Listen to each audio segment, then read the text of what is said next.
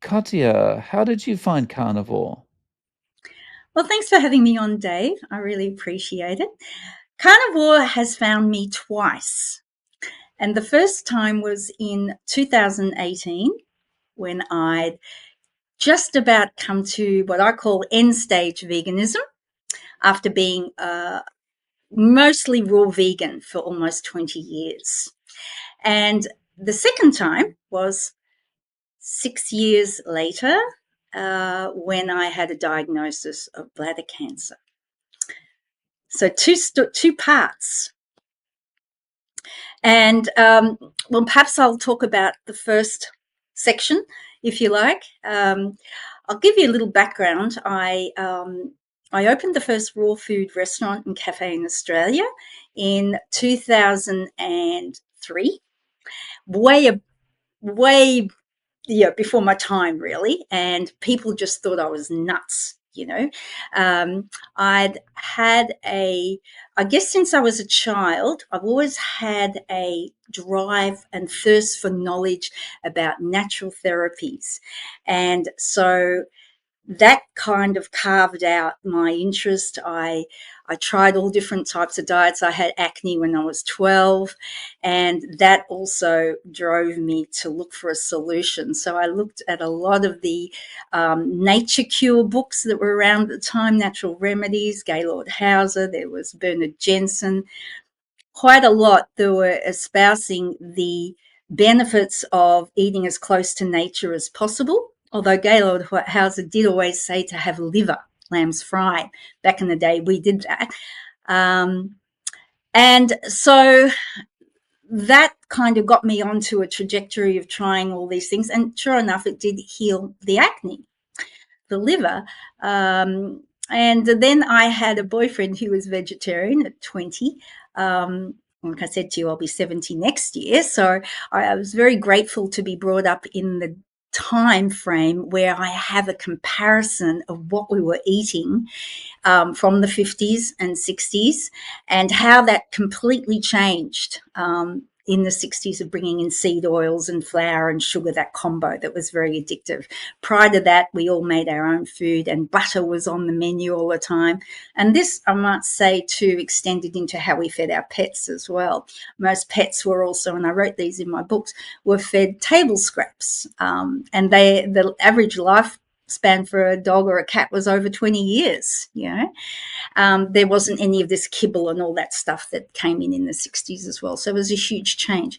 So I traveled along and did a lot of vegetarianism for a while. I must also say, part of that 20 years, there was 5 years of that was fruitarianism. So I guess there was quite a few people in America that I learned about, David Wolf. I think Shazzy was the one in the UK or something. And so I decided to try this probably late 90s, 98. And I did find an enormous change took place in myself. Not that I wasn't eating badly before. I've been a person who wasn't really into processed foods. And I wasn't seduced by, cakes and sweets and all that because I took all that out of my life when I was a teenager. And so, yeah, that didn't kind of be a thing I was battling with. But of course, fruit's got a very high in sugar, obviously. So, the veganism has an ideology about it that paints a bit of a nirvana.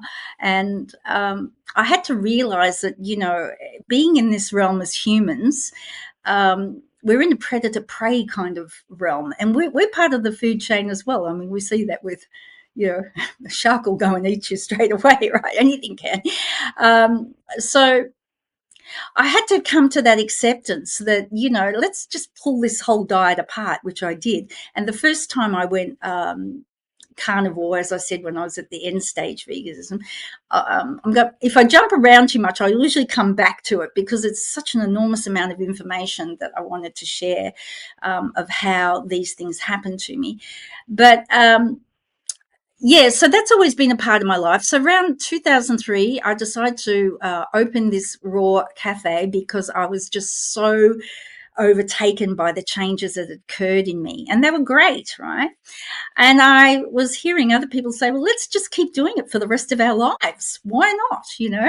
That was my drive, was the pursuit of health and longevity and good looks and all that everyone is aspiring to.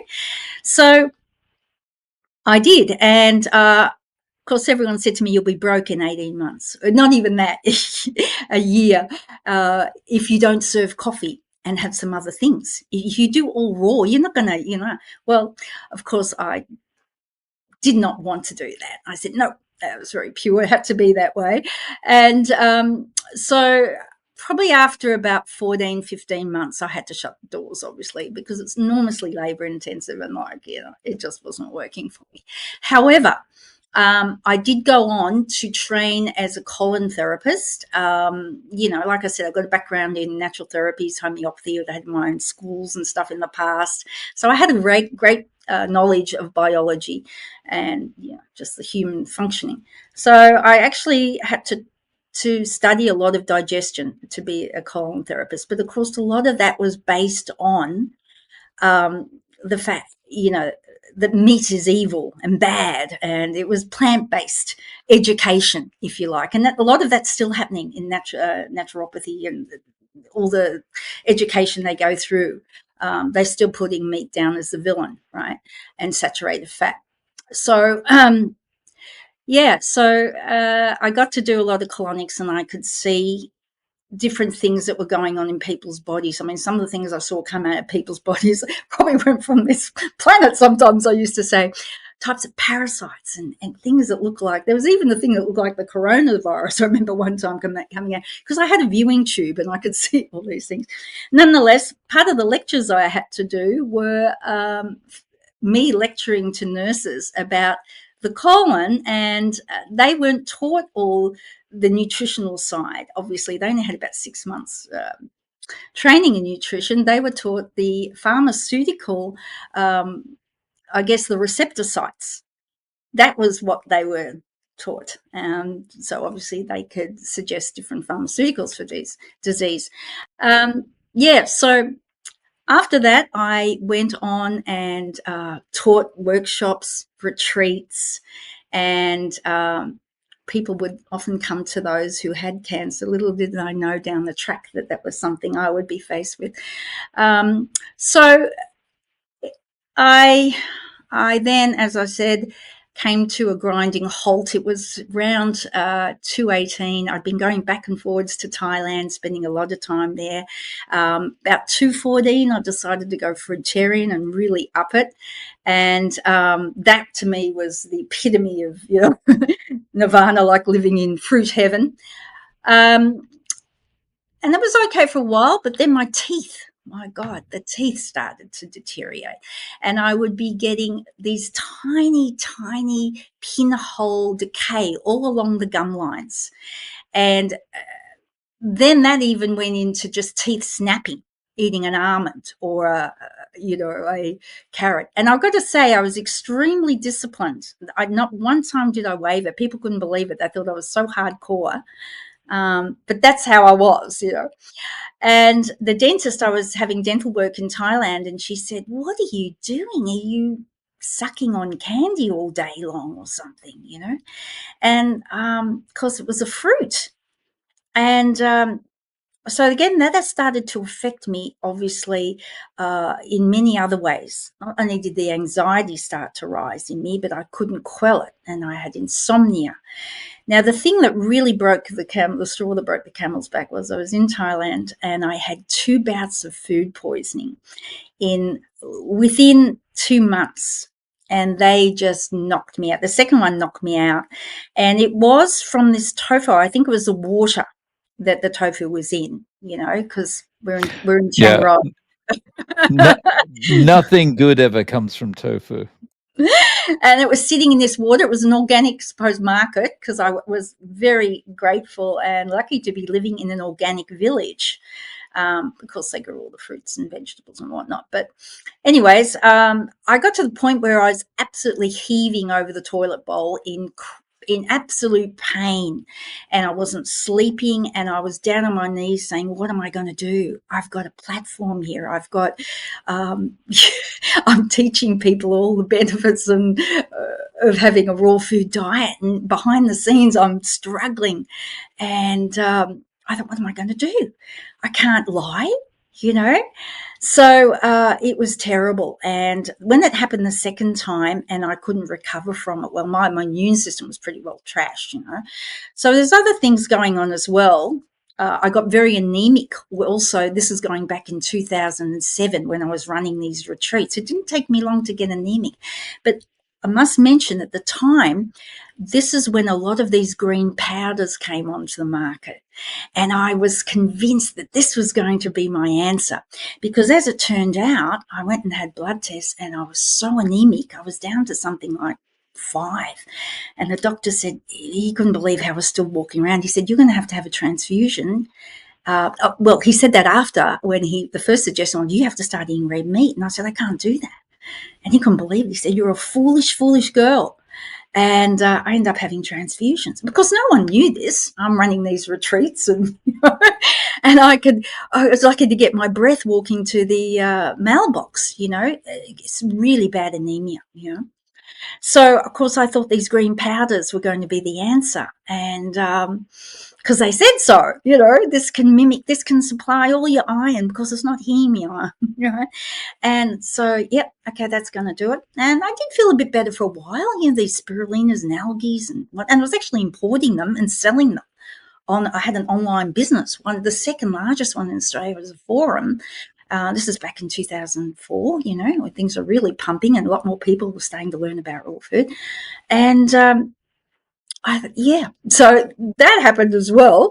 But I still kept going. And so towards the end, I started to get a lot of cravings for not only eggs, but meat. So I'll tell you the story. I'd come back to Australia, as I did. I went back and forwards from Chiang Rai and back to, and this is when I was really struggling after the food poisoning event. And I thought, what am I going to do, Oh, I must say, the second food poisoning event, I was, like I said, on the floor going, what am I going to do? God, I can't go on. I can't teach people. I'm just, And this voice came through very loudly, go and eat fish. So I think a lot of raw vegans, that's what happens. They get the fish. So I did. I could eat the fish. That was okay. But still a little bit here, a little bit there, not enough to disentangle me from the brainwashing. So I came back and I remember I was going to a mall and the supermarkets here, Woolworths, whatever. I could smell this roast chicken from, the supermarket wafting down. It was so strong and I was almost lured. I thought, I've got to go in. And honestly, I was salivating. It was coming down the corners of my mouth. This is how my body was begging me, desperate for nutrients, And I remember going to it's like a sort of a circular thing where these chickens are going around, but they're in bags with a little handle, right? And I remember I picked up this bag because I was like, oh, God, I want that chicken. And I picked it up and this voice came through and said, put that down. It's a body bag.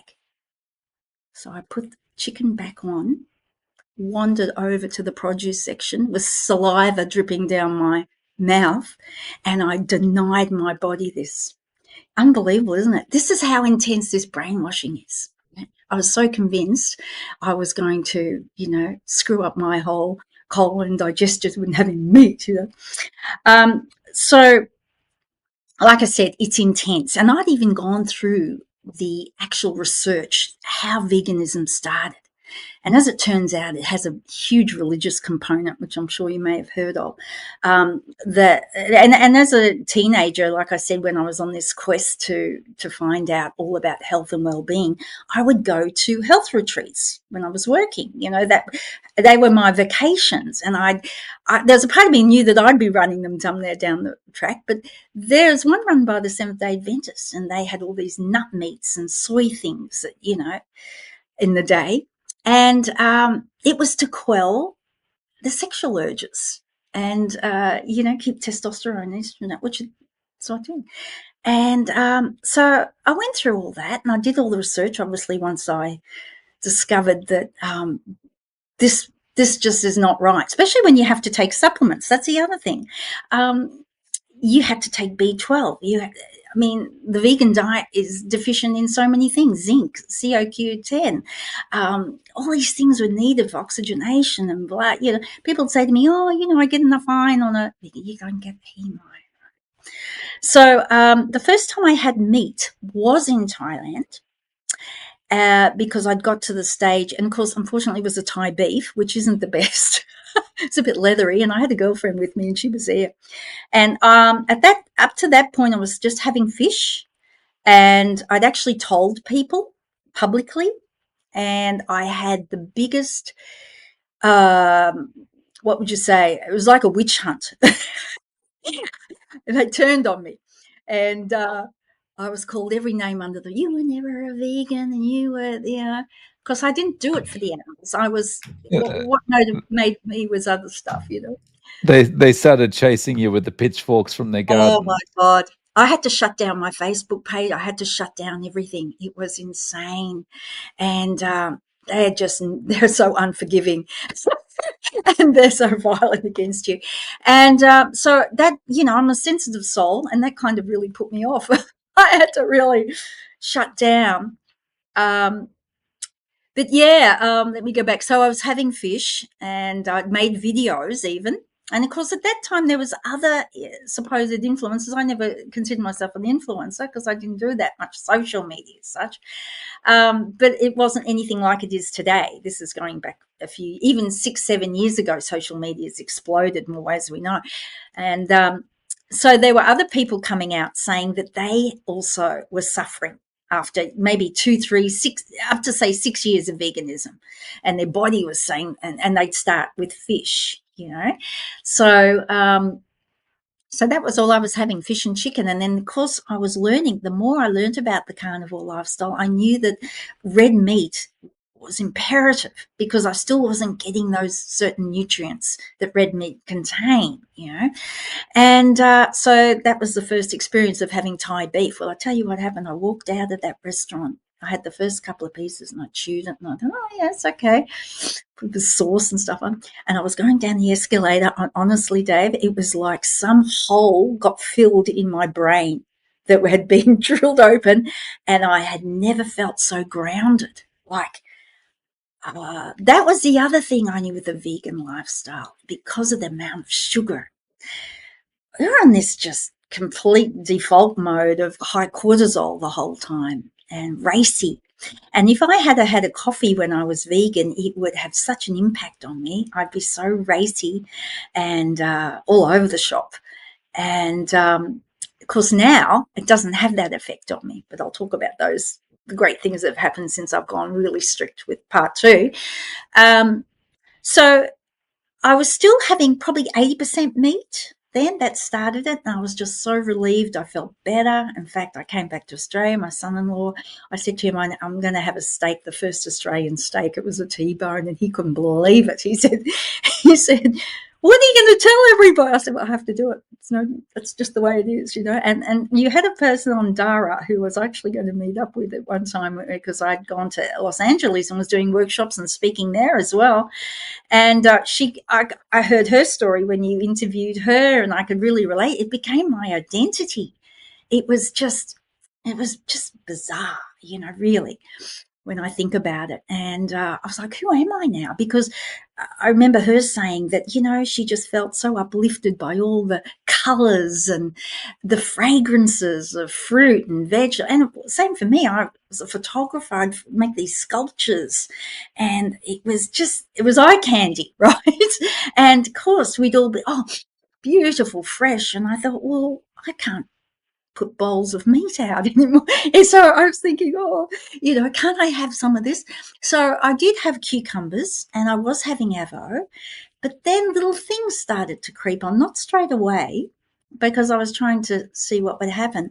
But I'm going to chop back again, because in Thailand, when I first did this and was having a bit of meat, I, one of my return trips, I had an excruciating night of intense pain in my kidneys, and I didn't know what to do. I'm out in Chiang Rai, and it must have been about 3 weeks in. I didn't understand the oxalate dumping part. I was just starting to learn about it. I I woke up in the night with so much pain. I I I couldn't even stand up straight. I was doubling over with this pain. And I thought, oh my God, it's the meat. It's given me a kidney stone. What am I going to do? How can I get help? How can I get to a hospital? I was walking around my home trying to make this pain disappear. And like I said, I didn't have that much knowledge about oxalate dumping, but of course, I was having green smoothies every day for the past 15 years, possibly 20 years. So, And can I just check? This was in 2018, once you'd started yes, eating meat, yes, yes. right? Yeah, about 3 weeks into it. So the oxalate dumping started. And I was also waking up with these these little shards of like glass. And of course, I'd listened to Sally Norton, and I knew that this was okay. It wasn't something to be terrified of or whatever, but the kidney pain was really bad. Yeah. So anyway, that passed, and over the course of the COVID years, I had a lot of stress also with my father was in palliative care for a long time. He was about to pass over, and there was just so much stress that we couldn't do. We had a lot of restrictions here, and there was other stress with home, finding places, everything going on. And I know that played a huge part in me changing diet and so forth a little bit. So, of course, I wanted to bring in a little bit more plant. So, I'm still having animal foods, but little things start to sneak back in, not just different vegetables, really, and some fruit. Because what would happen is I'd notice if I had any fruit, it would I couldn't moderate it. I had an inability to moderate it, and probably because I was a fruitarian, which basically said you can eat as much fruit as you can in one sitting until you're full, right? So it was just, green flags for fruit. But I wore the consequences of it. I'd really trashed my ability to stabilize insulin in my body. It was just bizarre. It was just all over the shop. Um, so, yeah, and that's kind of what happened. I started to have more plant food, and I started to get bloating. I started to get other things happen that I had relief from when I was eating at least maybe 80% meat. And then I got into a relationship with someone who was plant based. And I mean, I'm a great cook. I had books where I'd made enormous amount of recipes that I'd made up, and I love it. I'm very inventive. And these things start to creep in more, and I'd get problems, digestive problems, big time. Um, so let's fast forward to what happened to maybe a year and a half ago. I started to have UTIs, and they weren't clearing up. I'd go the routes I've gone before, and nothing was having an effect. So, of course, that started a trail of investigation. And so I went to the GP, and then he put me on to another specialist. And then once that time came around from the specialist, once they received some scans and they actually did detect kind of they thought were polyps in the bladder, the specialist said she didn't want to do any surgery on that. That wasn't, she suggested I go to a different urologist. So that screwed up the time frame trying to get a diagnosis as well. And in the meantime, I then came into this cycle that got worse and worse, and still having a lot of stress and some plant stuff. And I found that I wasn't able to get into this peaceful state again, very easily, startled and in that fight and flight mode, which is probably most people's default mode, really, because we get used to it. So it wasn't. When did this happen? Okay, let me just do the time frame. Okay, so the beginning of this year, um, And I mentioned to you about Jose who came on, and I was drawn to watch that video. And he had interstitial cystitis, and it's very common, obviously, and to have a male talk about it. But he was mentioning how he was getting up around 10 times a night, and my eyes just went, oh, that's exactly what's happening to me, and how it was just totally debilitating. And because I knew that if you don't get that sleep cycle between, say, 10 and 2, that healing and repair cycle. So, in other words, it's your body taking out the trash for the day you've just lived. And all the dead cells and everything, waste and everything, it doesn't get to happen. And so you're waking up feeling not only exhausted,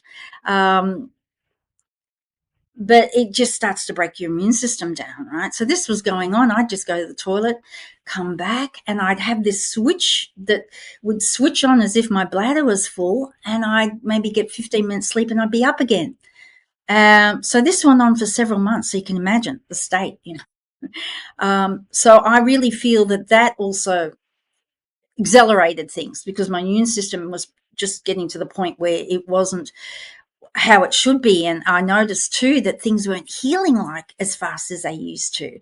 In fact, I remember playing pickleball, which I started this year, and that's been brilliant in vigorous exercise for the condition. So yeah, I just noticed that things weren't healing. I had a couple of toenails that I looked at them and I went, oh, and it started to lift up. And what had happened was my foot would hit the end of the shoe playing pickleball. I mean, years ago, that wouldn't really do too much, but because my immune system was so low, it made my toenail go black and just fall off, you know? So all these little things started happening, and I thought, well, I'm not healing like I should be, you know? So anyway, I went to obviously urologist, and I wanted to get a proper diagnosis. So they took me in. I finally had to get in. I went in the public system at the Gold Coast University Hospital, got in, and they had urine tests and blood tests, which looked suspicious. So they decided to do a biopsy. And I said to the urologist, you know, what I knew about biopsies and cancer screenings. It was okay in the bladder. So on June the 10th, I had an appointment with the urologist for the results of that. And so I had that done 2 weeks prior. You have to wait the 2 weeks. Now, I was under the impression that I perhaps had a tumor, because that's what they were thinking at the beginning. And so I looked up this procedure they use, this lasso way they kind of get the tumor and take it out. And of course, it leaves a bit of a hole which has to scab over, just like it does on the outside of your body. It happens inside. And so I thought, oh, because 2 days before the appointment, which was June the 10th, on the 8th, I started getting blood clots come through in the toilet bowl, and it would hurt to pass urine, and they were big clots, and the urine and a lot of blood. Now, my mind thought, oh, okay, this is a good thing, because I looked at the timeline for this procedure, if it was a tumor, and it says that the scab should come off and you will get bleeding and, bits and pieces of the scab. So, of course, when I rock up for the appointment on June the 10th, and I But took, you haven't had sorry, let me interrupt. You haven't had the procedure at this point though, right? no, I've only had the biopsy. So I have to go So to so, the, yes. just for clarity, why was it a good thing the blood clots were happening now? Well, it's not. Well, it wasn't. This happened 2 days before the appointment with the urologist. After the 2 weeks of having this biopsy, to give me the diagnosis, right? So this bleeding started on the weekend. I had the appointment on the Monday, and like I said, I was just assuming it was just part of the healing process for what he'd done. So as he tells me, no, there was no tumor. Your bladder, the mucosa, had cancer cells all over it. So I went, oh. So I showed him the photos. I took photos of these clots and in the blood in the toilet, and he said, it's clotting. He said, now, you look okay, you go home, and if by any chance you can't pass urine, and just come straight back into emergency. Okay, I'm in the public system, obviously. So, unbeknown to me, that's exactly what happened. I'm driving. I left. I went to go back home. It was probably a 40-minute drive. I stopped to go to try and go to the toilet, and I couldn't pass any urine. And the pain that started was unbearable. So I thought, what am I going to do? I've got this urge to go, and nothing's coming. It was obviously a clot was obstructing urine in the urethra, and it was the pain was so unbearable, Dave. I don't think I've had pain like this. It was like, oh, I thought I'd have to pull over and get an ambulance. Ring an ambulance. I finally got back to the hospital, and I was just beside myself, like going into emergency, and so they tried to get me through as fast as possible, put a catheter and get these clots out. Now, as it turned out, I stayed in hospital for 4 days with this clotting and bleeding. And I was kind of just detached from it. I was letting it go. I didn't want to look at it, blood red, like claret red or beet red blood. As it turned out, that biopsy had actually helped remove some of the cancer cells, and they came back a bit weaker. The urologist did say to me, he suggested that I have the immunotherapy that they were offering called BCG, which is basically an installation of a tuberculosis virus they put into the bladder to get your own immune system to fight that and build that up. So I did a lot of research, and I thought that's okay, that's acceptable. They said if you can't do that, well, there's the other chemos and stuff, which there's no way known I'm doing any of that stuff So I said, okay, I'll do that. And it's not a pleasant experience, I've got to tell you. But I went through it, and I was pretty detached. Now, the other thing is, there was no time that I had a fear around that. But I knew that I had to get some dietary help. And this is where I came across another video with a lovely man, Robin, who had stage 4 cancer. And just as it turns out, he didn't live far from me. And so I've always had acupuncture in my life. I think it's a brilliant form of therapy. And so I went to him to have some acupuncture. And of course, he told me his story. And he said to me, you've got to go straight back on carnivore. And I said, and he said, it's got to be strict, and he told me how he healed himself as well.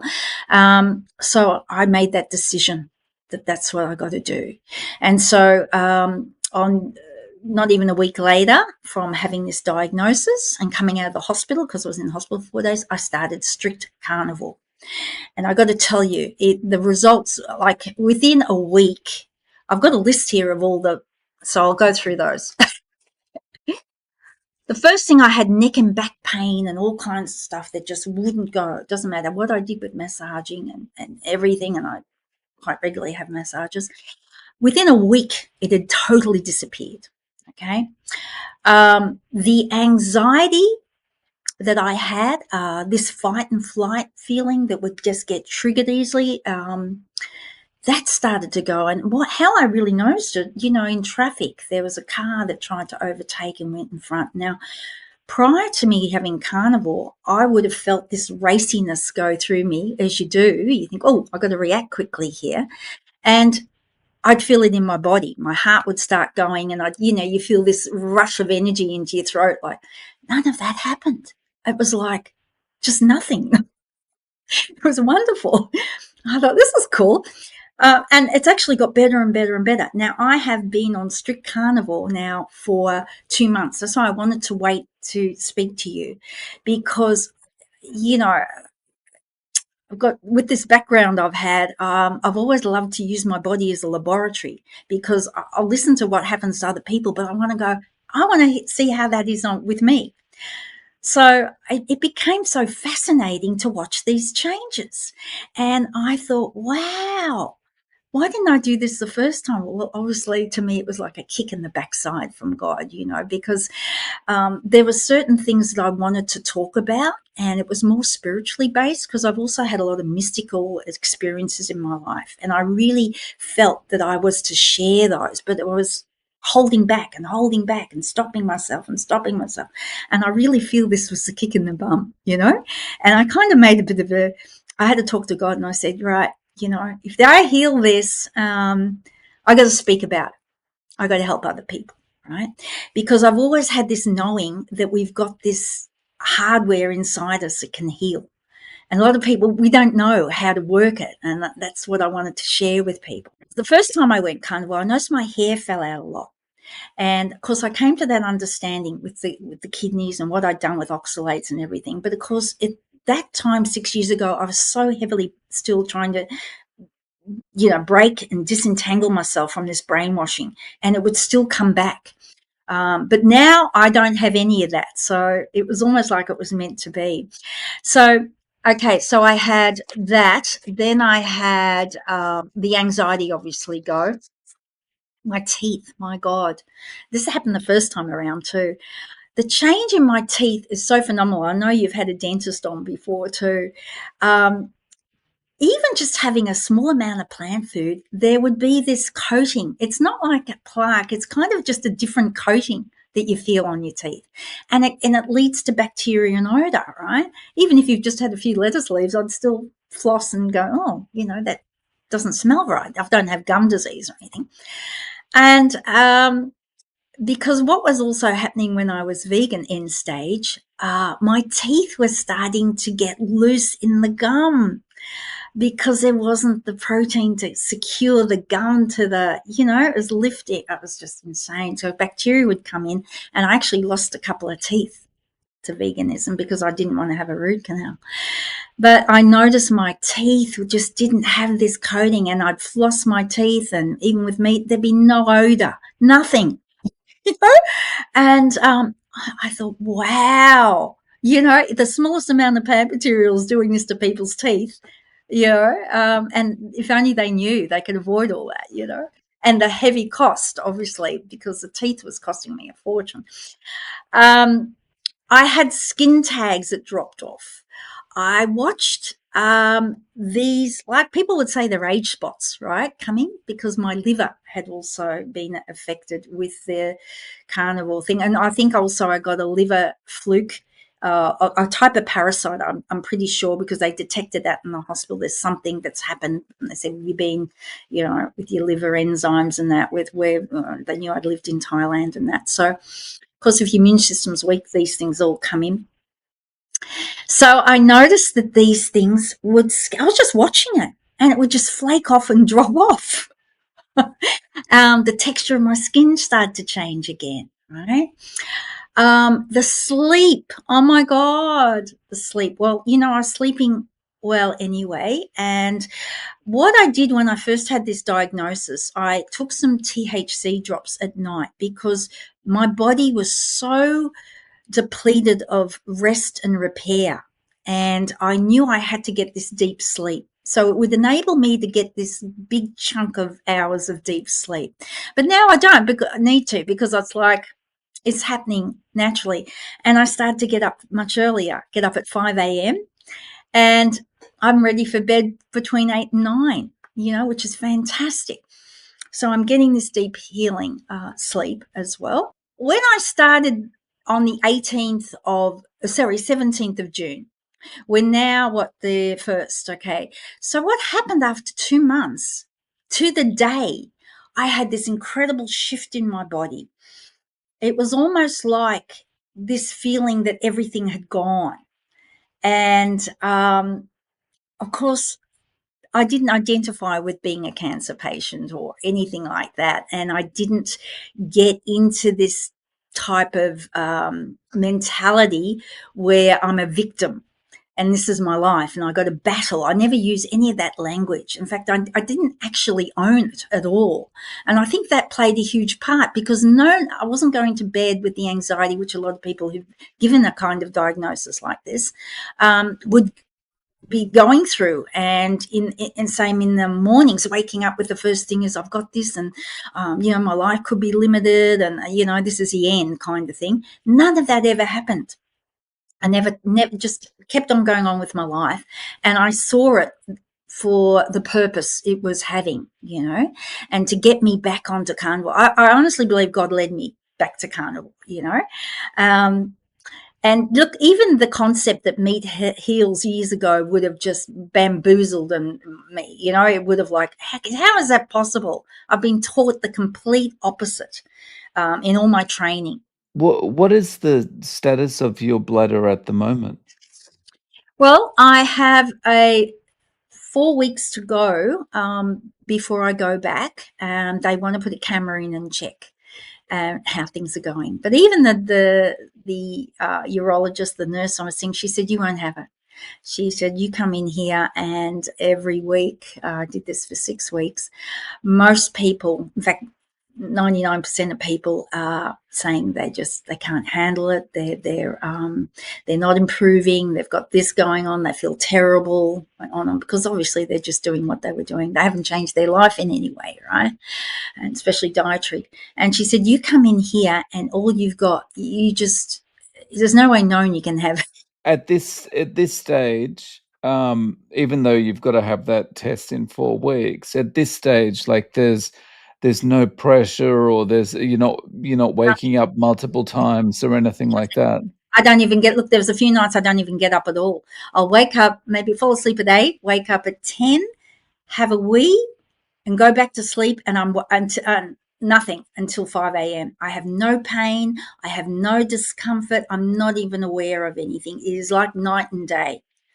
So none of that's going on. I can press all around them, but there's nothing. Um, so yeah, I'm pretty And confident. and th Mm. th you're not, experiencing anything that you feel is oxalate dumping either at the moment?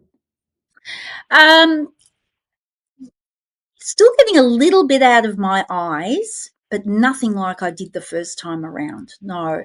Um, um, yeah. Like I said, with the kidney problem, they tend to think that that was kind of associated with the bladder, and that is also associated. I mean, I know cancer is multifaceted, and there's definitely an emotional stress, and I was definitely under a lot of emotional stress. That's now alleviated, and you need to feel safe. But the thing with any cancer diagnosis, you have to change your life a lot. You can't. You have to make decisions. You have to take responsibility for your life. You have to move. And the one great thing too is my lung capacity. Now, I was an ex-smoker. This is going back a long, long time. My lung capacity has just got shot out. I was been playing pickleball, and I play it 2 hours, 6 hours a week. And even the urologist said, if you had cancer, you wouldn't be doing that. You know, so and my stamina and strength is increasing, and I'm playing against people half my age, and they're huffing and puffing, and I don't have. This has only happened, say, the last week where I don't puff and puff. So this is why I'm so fascinated by the longer you stay on this, the deeper the changes go. And I remember Robin saying to me, this will go even deeper into the bones. And I'm grateful I've got this overview of how the body works, and because I had to study and learn all that. And so it's just totally fascinating. Like I said, the lung capacity, my breathing is brilliant, and I know that Right. that's to increase. Yeah. Yeah. So what does a day of eating look like for you? Right. Well, that's also another thing that happened on the 2 month mark. All of a sudden, because the first 2 months I was trying to get as much fat in because I've always been a small build, and I had not been able to go past the in kilos. Let me think, 8 stone one. I'll have to go on that. So it's about 50.8 kilos. It just doesn't matter what I ate. It wouldn't move. And I thought, wow, I haven't been over 53 kilos for years. Well, so I decided to have a lot of fat. So I would be butter again, adding that to meals, but slices of pork belly, um, bacon, which I didn't have a great deal of before, fatty cuts of meat, and lots of fat. I just lamb, lots of lamb offcuts, lots of fat. Um, and I put on weight. I gained a half a stone. So I'm a half a stone heavier, which is brilliant. And it kind of stabilized. Now, at exactly the 2 month mark, this is why it's remarkable. I suddenly thought to myself, I don't know if I really want to have dinner. So I was having 2 meals a day. I was having the first one between 12 to and I'd have a really good steak, quite a good sized steak, and maybe a bit of bacon, eggs, a couple of 3 eggs. It was huge. But my body wanted all those nutrients. It was starving for them. And so that was what I was doing. And then another meal, maybe at 6, again, high fat, right? Then around 2 months, all of a sudden, I didn't feel like hungry for the second meal. And it just changed. And I thought, you know what? I'm just going to eat butter. So I had, a good couple of chunks of butter, and it satiated me. And so I cut back. And I kind of figured now my body was just wanting all those nutrients, and it's stabilized now. Um, so, yeah, so where I'm at now, I probably have the first meal between 2 and 3. So I'm doing intermittent fasting, but that's, I guess, the last meal's about 7, and then I go right through till 2 to 3 the next day. I've never been a person that has a lot of breakfast, or had breakfast, wanted to have breakfast. But I was quite open to doing that when I first started this. I just thought to myself, just eat, just have what you want, just let you. And there was a couple of times I ate at, say, 11, but that was only the first, say, 2 to 3 weeks. So that pattern was then for 2 months, was between 2 to 3. So on the August the 17th, it just stopped. It's almost like, to have it exactly to the day is mind blowing to me, that this came into my consciousness. I don't need to have a meal at night. So I've been doing this for the last few days, and I'm sleeping better, deeper, it feels, and I've got more changes happening. So I'm, yeah, I'm blown out. It's made me more curious to know what's going to happen the longer I stay on this. So people like who've gone on for a year or two, I just want to see what happens and how deep this healing goes. You know, yeah. That's awesome. Um, so if you were offering advice to a friend about starting carnivore, what would you tell them to do? Uh, I would possibly say to increase the amount of animal foods they're having, and to take out the grains, the processed foods, the dairy that often has these yogurts and things with sugars. That's where I go to, the sugars. And for a lot of people, they can do that. And look, honestly, there's people around me, they're actually doing the same. They're watching how I eat, and they're following. They're not saying anything, but I can see it. So they'll start having bacon and eggs for breakfast instead of toast and whatever they were having. So they're watching me and watching the changes in me and inspiring them. But that's what I would say to people. Take out a lot of the breads and the heavy carb stuff, and have salads with a piece of fish, have salad with a piece of meat, low kind of, the oxalate stuff down the track, but just that to start with, and see how they feel if they're not craving food again every couple of hours, and they've got longer feelings of satiation, and not to be afraid of fat, because women need it, especially as we get older. And for a woman, it's better to have some weight on when you're getting into your senior years. I think it's a good insurance for sure, and also for your hormones. There's no question that I feel more feminine. I feel more feminine than I've felt. It's just wonderful. It really is, and yeah, So it's great. if you could, if you could pass a message on to all the vegans and fruitarians you've met over your life, would there be a message you'd like to pass to them? Yeah, I would. I would say just think about the amount of supplements you're taking. And because when I was taking them, they weren't having any effect on my health. These things that are synthetic, body can't use. But I just said, have a look at the cost and think, why am I taking this? Like I said, there's two groups of vegans. Ones that do it for the animals, and the others are doing it because they've been exposed to people saying it's better for your health. So, and that's what drives them. So I said, just look at that, how you're feeling. What's your anxiety levels like? Are you getting deep sleep? Um, do you have more flexibility? Are you getting aches and pains in your body? These little things. And a lot of people overlook those things and put them down to aging. You know what I mean? So I think the cost for supplements, because if people are taking all these green powders, and they've got to take B12, they've got to take zinc, they've got to take B3, 1 and 2, they've got to take COQ10, they've got to take fish oils. I mean, how much money are people spending on these things, you know? So, yeah, that's the directions I'd be going in. Yeah. And basically, meat contains all these things. But I have an understanding for vegans, and in as much as the brainwashing side, it's so hard to break through that and drop that fear of meat. Yeah. Yeah. So, Katya, I wonder if you'll come on after you get your results and let us know what happens and how things are going, maybe I'd in love to. 4 Yeah. weeks or 8 weeks' time. Yeah, I'd love to do that. Thanks, Dave. Yeah.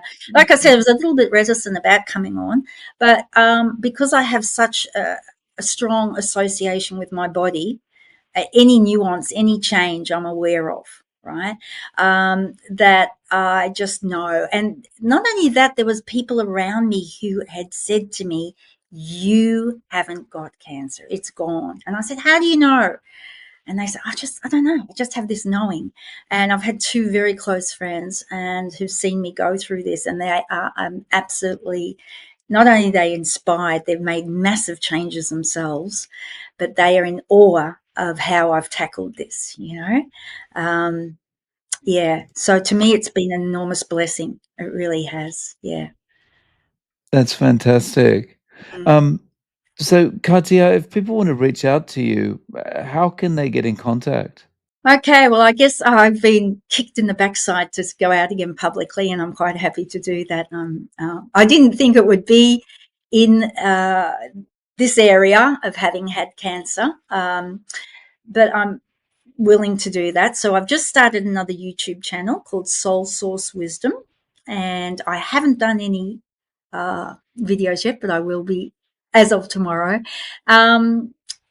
So yeah, they can contact me there, and my email is there, and I'm happy to speak to anybody. But certainly feel, as people have said, fed back to me, that they are inspired by me, and I certainly have. I tend to carry. This is what people said to me. I've got a frequency of resilience, incredible resilience, especially with a lot of traumas I've had, and I am quite fearless in a lot of things. And so I inspire people to be brave and go by their own feeling. And what I want to help people with is to connect with their own body, because it has the intelligence. It's an innate system that we've been gifted with. It's a hardware system that, when you understand how it works, it's your greatest gift, because it alerts you to anything that's going on that is off course and it's causing a disturbance in your body. And if you can understand that, then you know when you're off track. And you can change that with just the different thinking, the different perspectives that come in. The other thing too I've noticed is you do become more loving. It's a very big shift that happens internally, mentally within you. I'm blown out. Sometimes brings me to tears. I think you have more compassion, whereas I used to think it was the other way around with veganism. But people who, you don't see people going back to veganism and carnivals all turning on them, or people, coming for them with their pitchforks. It doesn't happen. It's always only the other way around, which is obviously has Yeah, cultish behaviors, right? Yeah. So I'm happy to help yeah. people anyway, just to give them hope, not just hope, but just possibility, because we can heal anything really, and we've got the hardware to do it. And yeah, that's what people need in the beginning when they have this kind of diagnosis or anything that they're challenged with. they need to know that there's this possibility to overcome these things. Yeah. Um, so, Katya, I'll link to your YouTube channel in the show notes. Thank you. Um, Thank you so much for coming on and sharing your story and experience. I really appreciate your time. I look forward to coming back on and sharing more with you. Yeah. Thanks, Dave. Appreciate it very much.